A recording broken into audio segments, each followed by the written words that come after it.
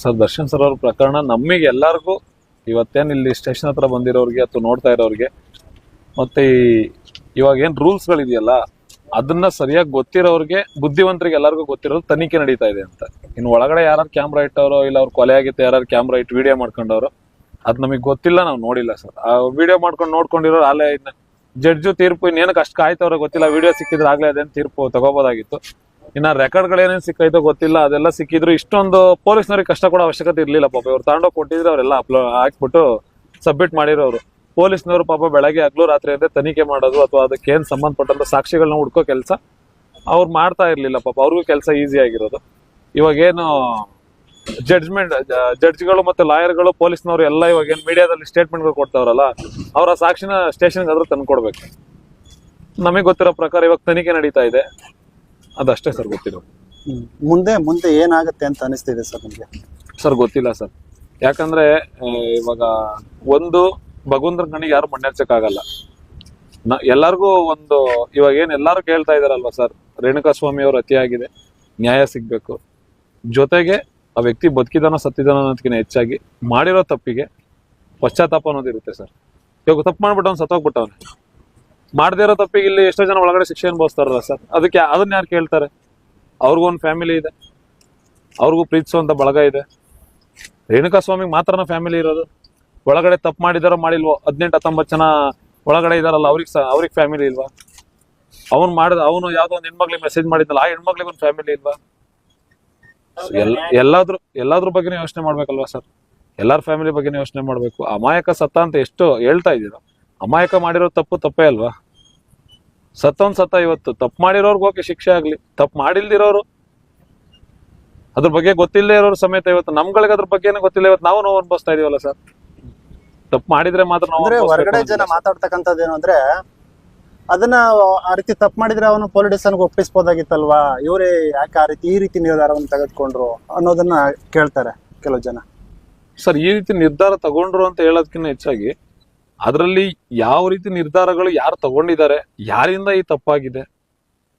ಇವಾಗ ಬುದ್ಧಿ ಮಾತು ಹೇಳಿರೋರೇ ಒಡೆದು ಸಾಯಿಸಿದ್ದಾರೆ ಅಂತ ಒಂದ್ ಕಡೆ ಬುದ್ಧಿ ಮಾತು ಹೇಳಿದ್ದಾರೆ, ಒಂದ್ ಕಡೆ ಒಡೆದು ಸಾಯಿಸಿದ್ದಾರೆ, ಒಂದ್ ಕಡೆ ಮರ್ಮಂಗಕ್ಕೆ ಓದಿದ್ದಾರೆ, ಕರೆಂಟ್ ಶಾಕ್ ಕೊಟ್ಟಿದ್ದಾರೆ. ಅಲ್ಲಿ ಯಾವ ಮೀಡಿಯಾದವ್ರ ಕ್ಯಾಮ್ರಾ ಇಟ್ಟಿದ್ರಿ ಹೇಳ್ಬಿಡಿ ಸ್ವಾಮಿ ಫಸ್ಟ್. ಯಾವ ಮೀಡಿಯಾದವ್ರ ಕ್ಯಾಮ್ರಾ ಪ್ರತಿ ಕಡೆ ಇದೆ? ಸಿಗದೆ ಇರೋ ಪ್ರೂಫ್ ಇಟ್ಕೊಂಡು ಇಷ್ಟೊಂದೆಲ್ಲ ಮಾತಾಡ್ತಿರೋದು. ನೇಹ ಹತ್ಯೆ ಆದಾಗ ವಿಡಿಯೋನೇ ಸಿಕ್ಕಿತ್ತು, ರೋಡಲ್ಲಿ ಮಲಗಿಸ್ಕೊಂಡು ಚುಚ್ಚಿದ್ದ. ಏನಾಗಿದೆ? ನ್ಯಾಯ ಸಿಗ್ತಾ ಫ್ಯಾಮಿಲಿಗೆ? ಇನ್ನ ಅವ್ರ ತಂದೆ ವಿಚಾರ ಕೇಳ್ಬೇಕು ಅಂದ್ರೆ ಸ್ವಾಮಿ ನಿನ್ನ ಪಾದಕ್ಕೆ ನಮಸ್ಕಾರ ತಂದೆ. ನೀನ್ ಯಾವ ವ್ಯಕ್ತಿ ನಿಮ್ಮ ನೇಹ ಹತ್ಯೆ ಆದಾಗ ದರ್ಶನ್ ಸರ್ ಟ್ವೀಟ್ ಮಾಡಿದ್ರು, ಜೊತೆಗೆ ಅದಕ್ಕೆ ಫಸ್ಟ್ ನ್ಯಾಯ ಸಿಗ್ಬೇಕು ಅಂತ ಹೇಳಿದ್ರು. ಅಂತದ್ರಲ್ಲಿ ಇವತ್ತು ಆ ವ್ಯಕ್ತಿಗೆ ಗಲ್ಲು ಶಿಕ್ಷೆ ಆಗ್ಬೇಕು ಅಂತ ಏನೋ ಸ್ಟ್ರೈಕ್ ಮಾಡ್ತಾ ಇದ್ದೀರಾ.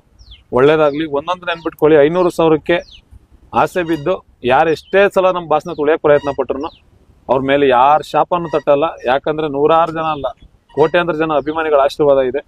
ಆಮೇಲೆ ಪ್ರಥಮ್ ಅವ್ರು ಹೇಳ್ತಾರೆ ಅನ್ನ ಹಾಕಕ್ ಯೋಗ್ಯತೆ ಇಲ್ಲದೆ ಇರೋ ಅಂತ. ಸರ್ ಆಟೋ ಓಡಿಸೋರು ಸಮೇತ ಅವ್ರ ಅಪ್ಪ ಅಮ್ಮನ ಅವರೇ ಸಾಕ್ತಿರೋದು. ಪ್ರಥಮ್ ಅವರೇ ನೀವು ಬಂದು ಸಾಕ್ತಾ ಇಲ್ಲ. ನಿನ್ ಯೋಗ್ಯತೆ ಮೀರಿ ಮಾತಾಡ್ಬೇಡ, ನಮ್ಮ ಬಾಸ್ ಬಗ್ಗೆ ಮಾತಾಡೋ ಯೋಗ್ಯತೆ ನಿನಗಿಲ್ಲ, ಇದಂತೂ ಮೈಂಡಲ್ಲಿ ಇಟ್ಕೋ. ಆಮೇಲೆ ಸ್ಟಾರ್ಗಳು, ಸೂಪರ್ ಸ್ಟಾರ್ಗಳು, ನಮ್ಮ ಬಾಸ್ ಮನೆ ಮುಂದೆ ಅವ್ರನ್ನ ಬರೀ ಅವ್ರ ದರ್ಶನ ಮಾಡೋಕ್ ನಿಲ್ಲೋ ಅಷ್ಟು ಜನ ನಿನ್ನ ಸಿನಿಮಾ ರಿಲೀಸ್ ಆದಾಗ ಫಸ್ಟ್ ಡೇ ಫಸ್ಟ್ ಶೋ ಇರಲ್ಲ. ಮೈಂಡಲ್ಲಿ ಇಟ್ಕೋ. ನಮ್ಮ ಬಾಸ್ ಮನೆ ಮುಂದೆ ಅವ್ರ ದೇವ್ರ ದರ್ಶನ ಅಂತ ದರ್ಶನ ಮಾಡೋಕ್ ಆಚೆ ಬಂದು ನಿಂತ್ಕೊ, ಅದು ಬೇಡಪ್ಪ, ಅವ್ರ ಹತ್ರ ಸಹಾಯ ಕೇಳೋಕ್ ನಿಂತ್ಕೊಳ್ಳೋಷ್ಟು ಜನ ನಿನ್ ಸಿನಿಮಾ ನೋಡಕ್ ಬರಲ್ಲ. ಇದನ್ನ ಮೈಂಡಲ್ಲಿ ಇಟ್ಕೋ. ಫಸ್ಟ್ 100-150 ರೂಪಾಯಿ ದಾನ ಮಾಡಿ ಅಂತ ಹೇಳ್ತೀಯ, ಅದಾದ್ಮೇಲೆ ನಂದು ಯಾವ್ದೋ ಒಂದು 3 ಫಂಕ್ಷನ್ ದುಡ್ಡು ಬರಬೇಕು, ಅದನ್ನ ಕೊಟ್ಬಿಡ್ತೀನಿ. ಟಿನ್ ಲೆಕ್ಕದಲ್ಲಿ ದಾನ ಮಾಡೋದು ನಿನಗೆ ಎಷ್ಟು ಇರ್ಬೇಕಾದ್ರೆ ಟನ್ ಲೆಕ್ಕದಲ್ಲಿ ದಾನ ಮಾಡಿರೋದು ನಾವು. ನಮಗೂ ಇದೆ. ಯಾವತ್ತೋ ಒಂದಿನ ಅಮಾವಾಸ್ಯೆ ಹುಣ್ಣಿಮೆಗೆ ಯಾವ್ದೋ ಒಂದು ಟಿನ್ ಲೆಕ್ಕದಲ್ಲಿ ಕೊಟ್ಬಿಟ್ಟು ತೋರಿಸ್ಕೊಳ್ಳೋ ನೀನೇ ಎಷ್ಟು ಮಾತಾಡ್ಬೇಕಾದ್ರೆ ಎಡಗೈ ಕೊಟ್ಟಿದ್ ಬಲಗೈಗೆ ಗೊತ್ತಾಗ್ಬಾರ್ದು ಅಂತ. ಆ ಗೊತ್ತಾಗ್ದಿರೋ ಲೆವೆಲಲ್ಲೇ ಗೊತ್ತಾಗಿರೋದು ಟನ್ ಲೆಕ್ಕದಲ್ಲಿ ಕೊಟ್ಟಿದೀವಿ ಅಂತ. 1 ವರ್ಷಕ್ಕೆ ಬರೀ 1 ದಿನ ದರ್ಶನ್ ಸರ್ ಬರ್ಡೆಗೆ 1 ದಿನ 70 ಟನ್ ಆಹಾರ ಕೊಡ್ತೀವಿ ಸ್ವಾಮಿ. ಪ್ರಾಣಿಗಳಿಗೆ ಏನೋ ಒಂದು ಕಷ್ಟ ಅಂದ್ರೆ ಕೋಟ್ಯಾಂತರ ರೂಪಾಯಿ ದುಡ್ಡು ಕೊಟ್ಟಿದೀವಿ ಸ್ವಾಮಿ. ಅಥವಾ ಯಾವುದೇ ಒಬ್ಬ ವ್ಯಕ್ತಿ ದರ್ಶನ್ ಸರ್ ಮನೆ ಹತ್ರ ಹೋದ್ರೆ ಹಾರ್ಟ್ ಆಪರೇಷನ್ ಅಥವಾ ಎಜುಕೇಶನ್ ಅಂದಾಗ ಲಕ್ಷಾಂತರ ಜನಕ್ಕೆ ಹೆಲ್ಪ್ ಮಾಡಿದ್ದಾರೆ ಸ್ವಾಮಿ. ಇದನ್ನೆಲ್ಲ ರೌಡಿಸಮ್ಮು, ಇವರೆಲ್ಲ ಬೇವರ್ಸಿಗಳು ಅಂತ ಬೈದಿದ್ಯಾ. ಫಸ್ಟ್ ನಿನ್ನ ಯೋಗ್ಯತೆ ಮೀರಿ. ಆಮೇಲೆ ಮೀಡಿಯಾದವ್ರಿಗೆ ದಯವಿಟ್ಟು ಸರ್ ನೀವು ಎಲ್ಲರ ಹತ್ರ ಹೋಗ್ಬಿಟ್ಟು ಬೈಟ್ಸ್ ಕೇಳ್ತಾ ಇದ್ರ ಬೇಜಾರಿಲ್ಲ. ಆಮೇಲೆ ದರ್ಶನ್ ಸರ್ ಬಗ್ಗೆ ನೆಗೆಟಿವ್ ಮಾತಾಡ್ತಿರೋರ್ ಬಗ್ಗೆ ನಮ್ಗೆ ಅಷ್ಟು ಕೋಪ ಇಲ್ಲ. ಯಾಕಂದ್ರೆ ಒಬ್ಬ ವ್ಯಕ್ತಿ ಇಲ್ಲಿ ಬಂದೆ ನೋಡ್ದೇನೆ ಅವ್ರ ಮನ್ಸಲ್ಲಿ ಏನೋ ಒಂದು ಭಾರ ಆಗಿರ್ತದೆ, ಅಥವಾ ಆ ವ್ಯಕ್ತಿಗೆ ತಪ್ಪಾಗಿ ತಿಳ್ಕೊಂಡಿರೋರು ಮಾತಾಡ್ತಿರ್ತಾರೆ. ಬಟ್ ಆದ್ರೆ ಮೀಡಿಯಾದವ್ರ ಎಲ್ಲರ ಹತ್ರ ರಿಕ್ವೆಸ್ಟ್ ಏನು ಅಂತಂದ್ರೆ, ನಮ್ಮ ಬಾಸ್ ಬಗ್ಗೆ ಯಾವುದೇ ವ್ಯಕ್ತಿಗಳ ಹತ್ರ, ಸಿನಿಮಾಗೆ ಸಂಬಂಧಪಟ್ಟವ್ರ ಹತ್ರ ಕೇಳಬೇಕಾದ್ರೆ, ಸುದೀಪ್ ಸರ್ ಕಮೆಂಟ್ ಮಾಡಿದ್ದಾರೆ, ಪ್ರೌಡ್ ಆಗುತ್ತೆ ಸರ್, ಅವ್ರಿಗೆ ಆ ಕೆಪಾಸಿಟಿ ಇದೆ, ಒಬ್ಬ ವ್ಯಕ್ತಿ ಬಗ್ಗೆ ಮಾತಾಡೋಷ್ಟು ರೈಟ್ಸ್ ಇದೆ. ಇನ್ನ ಕೆಲವು ಸೆಲೆಬ್ರಿಟಿಗಳು ಮಾತಾಡಿದ್ದಾರೆ.